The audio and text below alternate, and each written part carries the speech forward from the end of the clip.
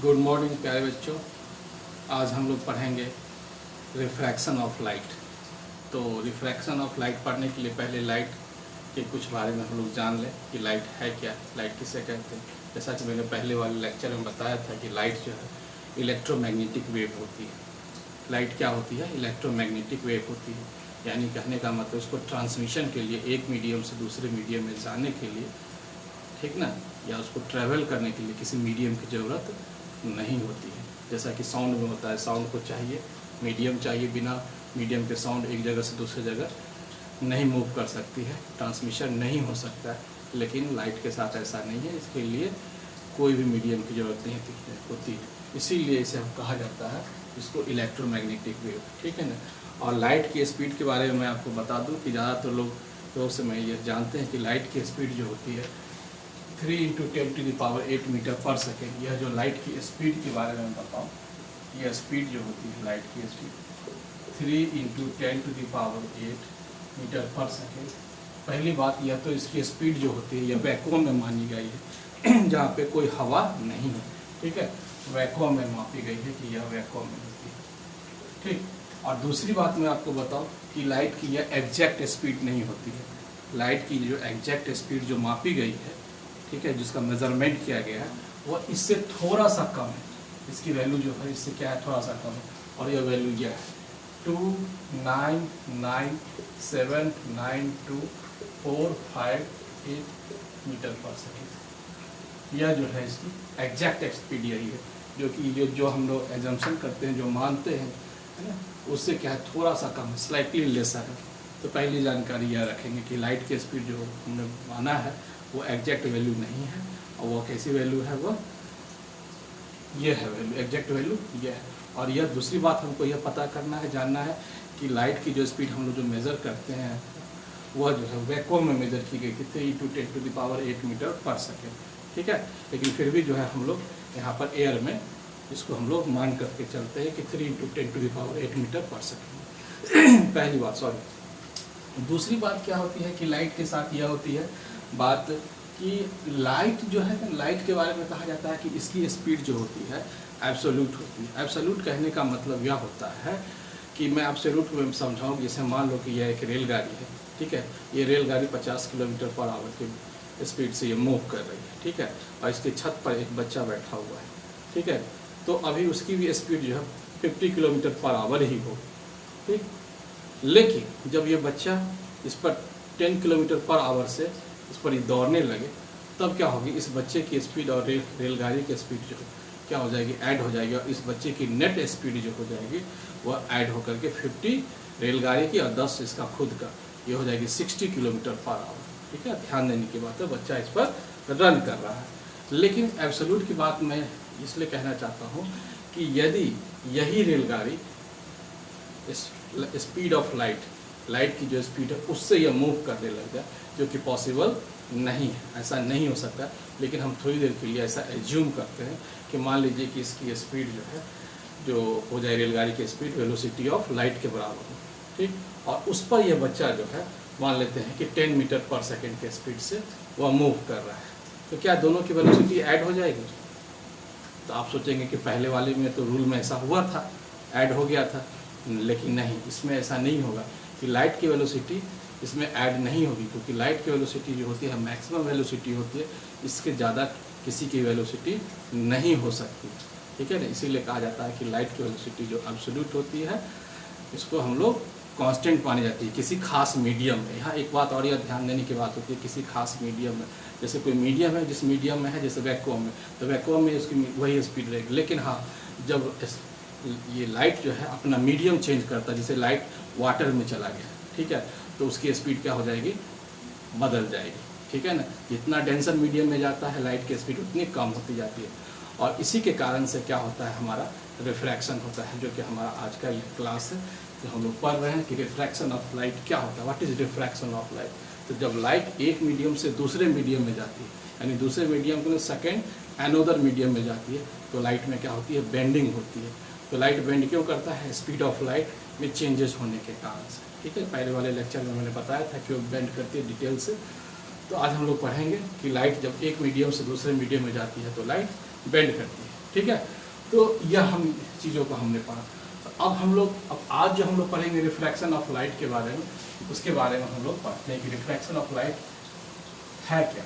ठीक, तो सबसे पहले हम लोग रिफ्रैक्शन को हम लोग समझते हैं कि व्हाट इज रिफ्रैक्शन।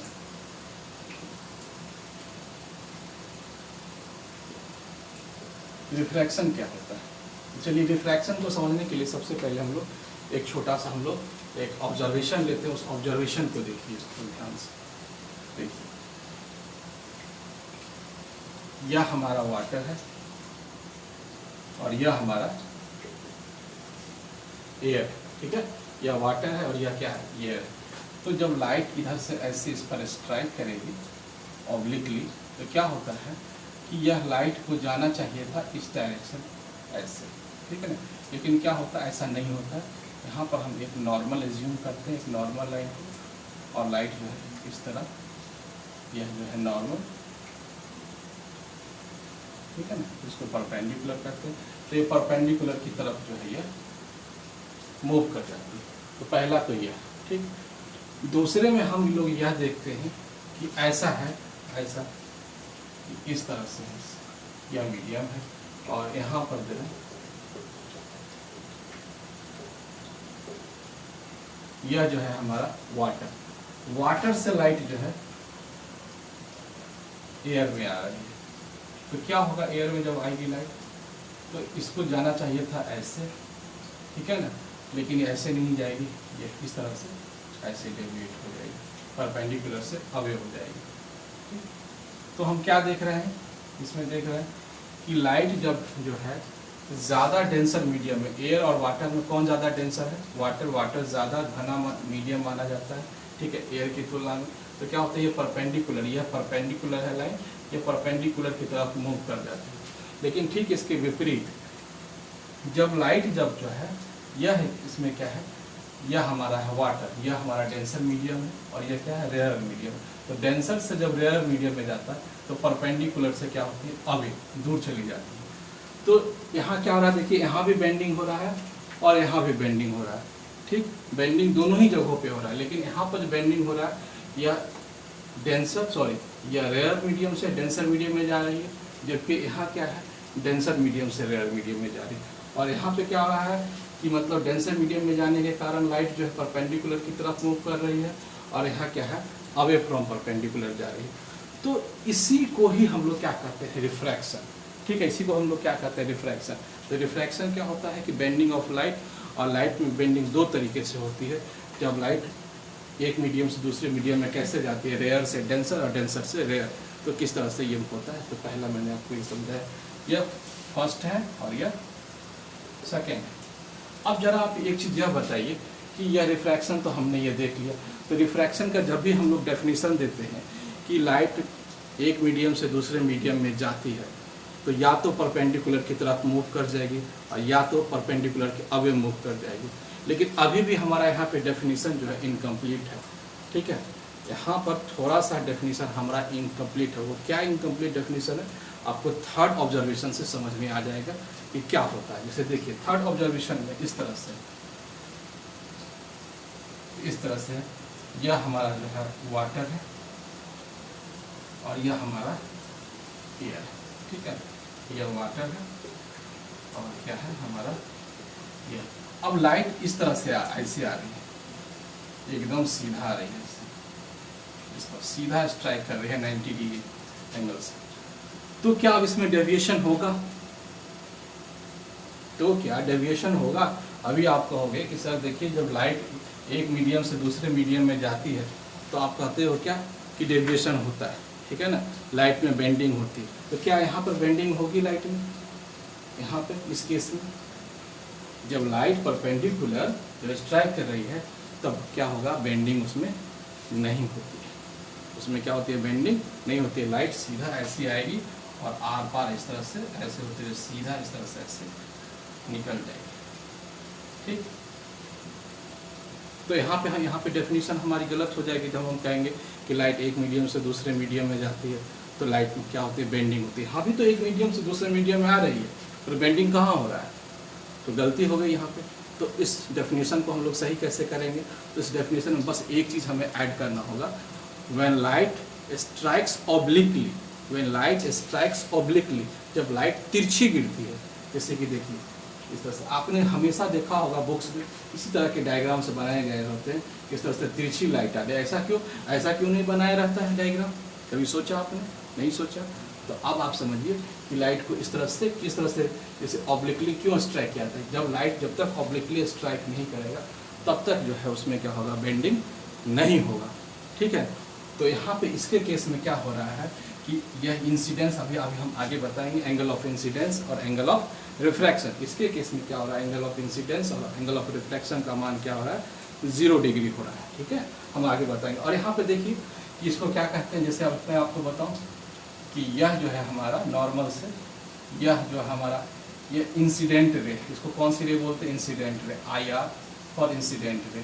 और यह जो हमारी जो होती है यह रिफ्रैक्टेड रे, कौन सी, नॉट कंफ्यूज, रिफ्लेक्टेड। रिफ्लेक्टेड यहाँ नहीं बोलेंगे, रिफ्लेक्टेड मिरर में है, यहाँ पे क्या हो रहा है, रिफ्रैक्टेड। ठीक है, RR का मतलब यहाँ क्या लेंगे, रिफ्रैक्टेड रे, नॉट रिफ्लेक्टेड रे। ठीक है, तो यहाँ रिफ्लेक्टेड, तो यहाँ I है और यहाँ क्या है, यह R है। तो यह हमारा हो गया एंगल ऑफ इंसिडेंस और यह हो गया एंगल ऑफ हमारा रिफ्रैक्शन। तो इसके केस में देखिए क्या होता है कि जब लाइट जो है, मतलब यहाँ से हम क्या देख रहे हैं इसमें, यह हमारा जो है एयर था। ठीक है, यह क्या है, हमारा एयर है और यह क्या है, हमारा वाटर है। और एयर जो कैसा मीडियम है हमारा, इसके तुलना में क्या है, रेयर मीडियम, रेयर। और यह कैसा मीडियम है हमारा, डेंसर मीडियम। तो जब देखिए जब लाइट रेयर से डेंसर मीडियम में जाती है तो I और R में आप क्या ऑब्जर्व करें, तो आप देख रहे हैं कि एंगल I का मान एंगल R से बड़ा है। तो angle I equals to greater than angle R। ठीक, इस तरह से एंगल I जो है ग्रेटर है। ग्रेटर का था हम बिगर साइन देते हैं ताकि आपको दिखे इस तरह से। ठीक, तो angle I is greater than angle R। तो यहाँ पे क्या होता है, एंगल I का मान एंगल R से बिगर होता है इसके केस में, फर्स्ट केस में। और इसके केस में आप क्या देख रहे हैं, इसके केस में देखिए लाइट किधर से आ रही है, इधर से स्ट्राइक कर रही, और यह हमारा जो होगा हमारा, यह हमारा I है और यह जो है इतना बड़ा सा क्या है, हमारा R है। ठीक, तो इसके केस में हम सेकेंड केस में हम क्या कर सकते हैं कि यहाँ पर जो है एंगल R का मान जो है ये बिगर है, इसका मान बिगर है, R is greater than angle I। ठीक, और इसके केस में हम क्या कह रहे हैं कि इसके केस में क्या है, angle I equals to angle R equals to 0 degree. तो यहाँ पे क्या हो रहा है हमारा, ये 0 डिग्री हो रहा है। तो रिफ्रैक्शन का हमारा डेफिनेशन जब पूछा जाए तो हम इस 3 एक्टिविटी किए हैं, 3 एक्टिविटी से हम लोग रिफ्रैक्शन का डेफिनेशन अब दे सकते हैं। मैंने आपको पहले डेफिनेशन इसलिए नहीं बताया क्योंकि आप लोग नहीं समझ पाते इस डेफिनेशन को। मैंने आपको इस तरह से ऑब्जर्व करके बताया कि डेफिनेशन को हम लोग किस तरह से बनाते हैं, कैसे। ठीक है, अब आपको डेफिनेशन ज़िंदगी भर के लिए याद रहेगा कि डेफिनेशन में सबसे पहले जरूरी क्या बात बोलनी होगी, when light strikes obliquely, when light strikes obliquely from one medium to another medium. ठीक है ना, one medium to another medium, तब इसके साथ क्या होगी, 2 घटना घटेगी। या तो क्या होगी कि लाइट परपेंडिकुलर से अवे चली जाएगी, और या तो क्या होगी, टुवर्ड्स परपेंडिकुलर। तो अवे कब जाएगी, तो उसके लिए पहला केस लिखेंगे when light comes from denser to rare medium, away. Second case में क्या लिखेंगे, when light comes from rare from to denser medium towards the normal. तो यह बुक्स में डेफिनेशन लिखा हुआ है, लेकिन आप डेफिनेशन को आसानी से याद कर सकते हैं। मैंने आपको डेफिनेशन याद करने का तरीका बताया कि डेफिनेशन को हम लोग कैसे याद करेंगे। ठीक है, डेफिनेशन को कई तरीक़ों से लिखा जा सकता है, कोई ज़रूरी नहीं है कि एक ही बुक्स में एक ही प्रकार से डेफिनेशन लिखा हो, कई प्रकार से डेफिनेशन आपको लिखने को मिलेगा। लेकिन आप समझ लेंगे तो डेफिनेशन को अच्छे तरीके से आप लोग पकड़ सकते हैं। ठीक है, नहीं कभी कभी ऐसा होता है कि ऑब्जेक्टिव में ऐसे 4 ऑप्शंस दे दिए जाते हैं, आप लोग बुक्स वाले डेफिनेशन रट कर जाइएगा, उसमें कुछ थोड़ा सा डेफिनेशन की लाइन थोड़ी चेंज होगी तो आप लोग गलत कर लोगे। तो ऐसा नहीं करना है, आपको डेफिनेशन को समझना है, डेफिनेशन को समझ के आप खुद आप लोग लिख सकते हो। तो मैंने आपको डेफिनेशन समझाया कि क्या होता है रिफ्रैक्शन। ठीक है, आप लोग इसको देखिए।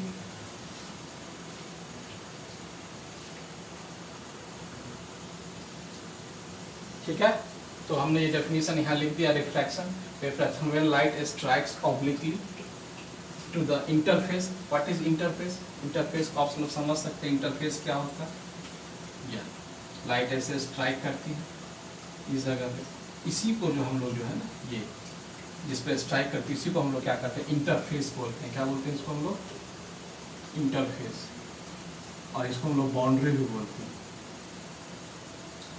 ठीक है, ज़्यादा पॉपुलर है इंटरफेस। जब लाइट इंटरफेस पे स्ट्राइक करती है and goes to another medium, it depends, एक लाइट दूसरे मीडियम से जाती है तो क्या होती है वो बेंड कर जाती है। ठीक है, तो रिफ्रैक्शन का ही डिफरेंस है। तो अब सबसे पूछेगा कि बेंड क्यों करता है, why bends, why bends, reason क्या है, कारण क्या है, इसका आंसर क्या कह देंगे हम लोग।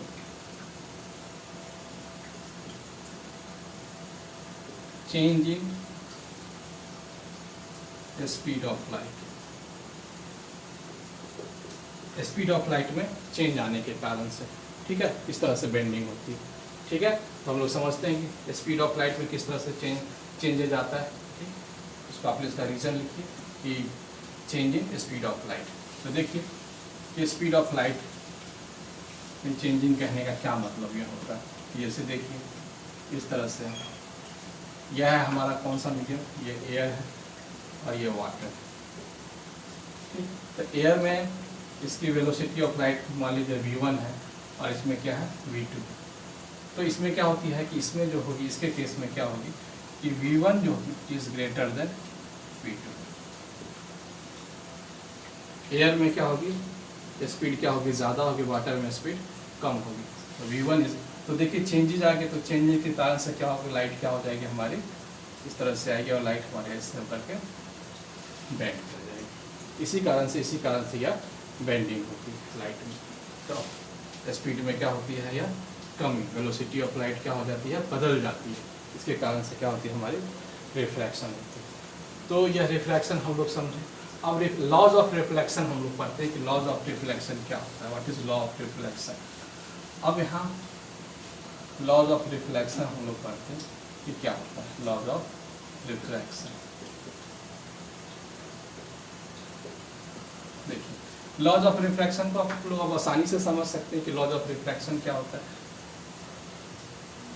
खुद हम लोग बता सकते हैं। ये देखिए, ये ऐसे लाइट स्ट्राइक की, यह हमारा रेयर मीडियम है और यह हमारा डेंसर मीडियम है। कोई भी दो मीडियम ले सकते हैं समझाने के लिए। तो ये रेयर मीडियम में हमने यह हमारा एयर है और यह क्या है हमारा, यह वाटर। तो लाइट ऐसे इस तरह से स्ट्राइक करेगी, तो इसको हम लोग बोलते हैं इंसिडेंट रे, IR इंसिडेंस रे। और यह जो है इसको हम लोग बोलते हैं रिफ्रैक्टेड रे, और यह जो है हमारा परपेंडिकुलर,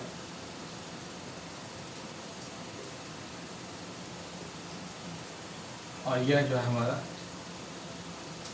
पॉइंट ऑफ इंसिडेंस।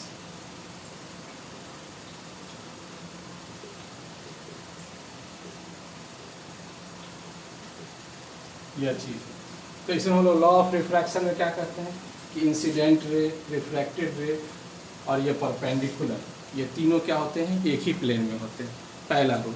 और दूसरा क्या होता है, यह देखिए यह एंगल जो है I है और यह क्या है हमारा एंगल R है। तो पहला तो आप समझ गए, पहला क्या डेफिनेशन है। ये तो आप बुक से भी आप देख सकते हैं कि लॉज ऑफ रिफ्रैक्शन पहला क्या होता है। मेरा काम है समझाना, मैं समझा रहा हूँ, ठीक है, आप ध्यान से देखिए। पहला आप समझ लीजिए।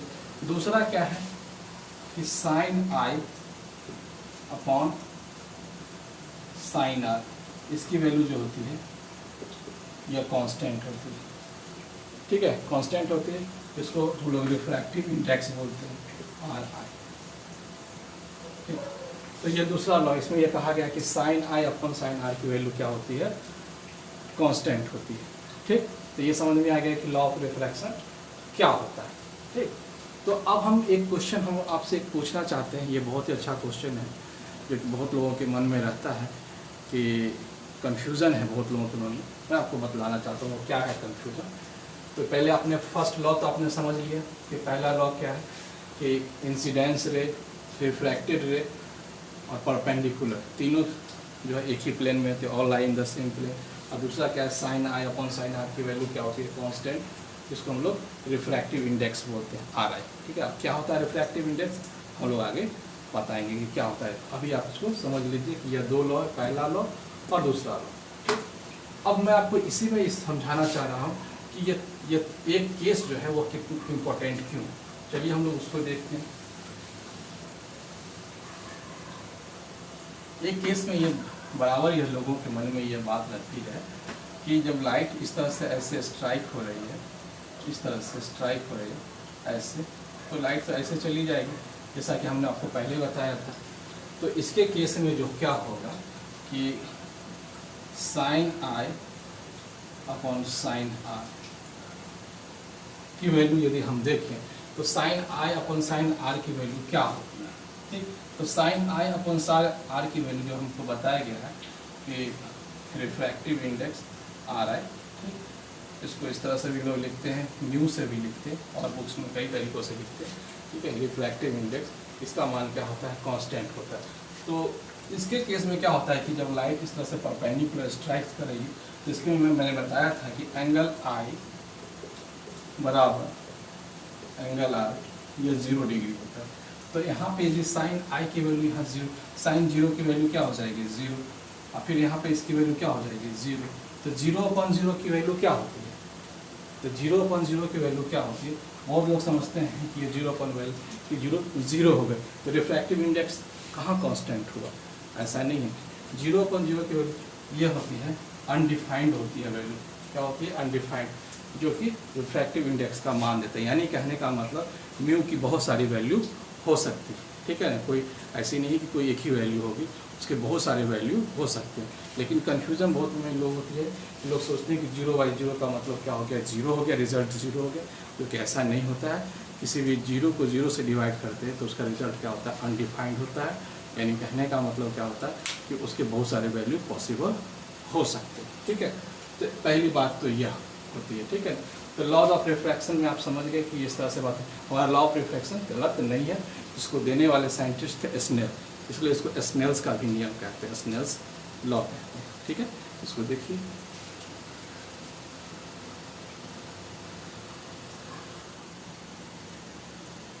ठीक है, तो हमने इसको लिख दिया रिफ्रैक्टिव इंडेक्स क्या होता है। अब रिफ्रैक्टिव इंडेक्स के बारे में हम लोग पढ़ेंगे, रिफ्रैक्टिव इंडेक्स क्या होता है। देखिए रिफ्रैक्टिव इंडेक्स को हम आर आई से लिखते हैं। अभी हमने बताया था sine I upon sine R का मान क्या होता है, कांस्टेंट, और वो कांस्टेंट क्या है, कुछ नहीं है, that is called refractive index are आई। तो रिफ्रैक्टिव इंडेक्स इसको आर आई लिखते हैं, इसको हम लोग एन से लिखते हैं और इसको म्यू से भी लिखते हैं। दो इंडिकेशन है इसका, एन और म्यू। ठीक है, आपके ज़्यादातर बुक्स में यही लिखा हुआ है और किसी किसी बुक्स में म्यू से भी जिसको डिनोट किया जाता है, इसलिए कंफ्यूज मत करेंगे। ठीक है, तो ये देखिए लाइट एक मीडियम से दूसरे मीडियम में जाती है, इसको हमने मीडियम फर्स्ट माना, उसको मीडियम सेकेंड माना। तो फर्स्ट मीडियम में इसकी वेलोसिटी ऑफ लाइट v1 है, ठीक है ना, और दूसरे मीडियम में इसके स्पीड ऑफ लाइट क्या है, v2 है।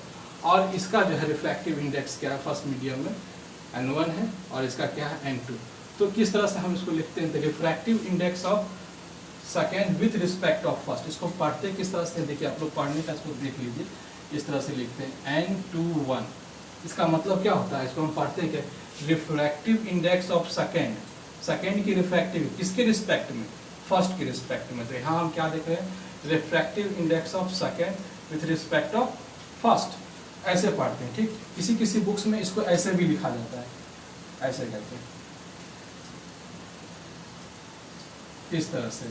तो कंफ्यूज मत करिएगा, ठीक ना, इस तरह से, इसका मतलब यही होता है, इस तरह से refractive index of second with respect of first. तो यह क्या हो जाएगी, v1 upon v2, velocity of medium first upon velocity of medium in second. तो यही हमारा क्या होता है, रिफ्रैक्टिव इंडेक्स होता है। ठीक, अब रिफ्रैक्टिव इंडेक्स के बारे में ये भी कहा जाता है कि इसका जो होता है ये डायमेंशन यूनिटलेस होता है, इसकी कोई यूनिट नहीं होती है। स्वाभाविक है, क्यों होती है ऐसा, कि रिफ्रैक्टिव इंडेक्स क्या एक रेशियो है। देखिए क्या है रिफ्रैक्टिव इंडेक्स रेशियो, क्योंकि वेलोसिटी की जब यूनिट जब होगी हम लिखेंगे तो क्या लिखेंगे, मीटर पर सेकेंड लिखेंगे। ठीक, और इसकी भी क्या लिखेंगे, मीटर पर से लिखेंगे, और मीटर्स पर सेकेंड क्या होगा, एक दूसरे को कैंसिल आउट कर देगा, फिर कहाँ इसकी मतलब इसकी यूनिट बचेगी। इसीलिए इसे कहा जाता है यूनिटलेस। मैंने आपको समझा दिया कि ये यूनिटलेस क्यों होता है, क्योंकि ये देखिए वेलोसिटी इसकी भी मीटर पर सेकेंड, इसकी भी वेलोसिटी की होती है मीटर पर सेकेंड, तो क्या हो जाएगा, यह हो जाएगा यूनिटलेस। तो अब हम यह जो हम लोगों ने आज जो ये कॉन्सेप्ट पढ़ा, तो अभी कॉन्सेप्ट पढ़ा तो अभी लगभग हमें ऐसा लगता है कि आप लोग इसे 60 या 70% आप लोग इसको अभी आप लोग अच्छे से सीखा होगा। फिर एक दो बार इसको पढ़ेंगे, वॉच करेंगे, देखेंगे ध्यान से, तब इसको अच्छे से आप लोग सीख पाएंगे। लेकिन अब इसके बाद क्या है, इसके बेस्ड पे न्यूमेरिकल्स जो कब सबसे ज़्यादा इम्पोर्टेंट है, जब मैं न्यूमेरिकल्स बताऊंगा तब इसमें आपके कॉन्सेप्ट्स और भी ज़्यादा क्लियर होंगे। लेकिन मेरा ये पहले यही बताने का मोटो यही था कि ताकि आपको इसके बारे में कुछ आइडिया आ जाए, ठीक है। जब मैं न्यूमेरिकल्स बताऊंगा, न्यूमेरिकल्स बहुत इंपॉर्टेंट है, ये सब चीज़ तो ज़्यादा से ज़्यादा आपसे क्या पूछा जाएगा कि मतलब लॉ पूछ लेंगे, ठीक है ना, कि लॉ क्या होता है, ये लॉ बता दो, ठीक है ना, और ये क्यों मतलब ये मतलब रिफ्लेक्शन क्या होता है, इसके कॉज पूछ सकते हैं। लेकिन इस पर जो क्वेश्चन बेस्ड होते हैं, इस पर जो क्वेश्चन बेस्ड होते हैं, तो हम लोग उस क्वेश्चन बेस्ड पर हम देखेंगे। कुछ तो न्यूमेरिकल्स बेस्ड होते हैं और कुछ इस तरह से ऐसे बेस्ड होते हैं, ऐसे वाले क्वेश्चन, हीरा क्यों चमकता है, ठीक है, डायमंड इतना स्पार्कलिंग क्यों होता है, एक छड़ी जो है मतलब बाल्टी तिरछी रखी हुई है पानी से भरी बाल्टी में, तो टेढ़ा क्यों दिखाई पड़ता है, ठीक है ना, एक टब में एक सिक्का रखा हुआ है तो उस सिक्के की तली जो है वो ऊपर उठा हुआ क्यों दिखाई पड़ता है, ठीक है ना। यदि एक तालाब में एक मछली दिख रही है तो बताइए कि मछली जो है कि वो ऊपर उठा हुआ दिखेगा या नीचे दिखा हुआ पड़ेगा। तो जो चीज़ जहाँ पे रहती है उससे क्या होता है, थोड़ी सी ऊपर रहती है, जब रेयर से हम लोग डेंसर मीडियम में जाते हैं तो, ठीक है। तो इस पर बहुत सारे हम लोग देखेंगे ये क्यों ऐसा होता है, तो यह सब रीजन्स जो होते हैं ये पूछे जाते हैं, इस पर बेस्ड क्वेश्चन, और कुछ इस पर न्यूमेरिकल्स पूछे जाते हैं, तो जो कि हम आपको अगले सेशन में आपको हम बताएंगे। लेकिन आपको यहाँ तक करना है, ठीक है। इसका जो इम्पोर्टेंट सेशन है वो आपको नेक्स्ट क्लास में मिलेगा, लेकिन आपको यहाँ तक क्लियर करके रखना होगा। तब तक के लिए thank you very much, watch करते रहिए और सब्सक्राइब करते रहिए लोगों के बीच, ठीक है। सेशन अच्छा लग रहा है तो, ठीक है।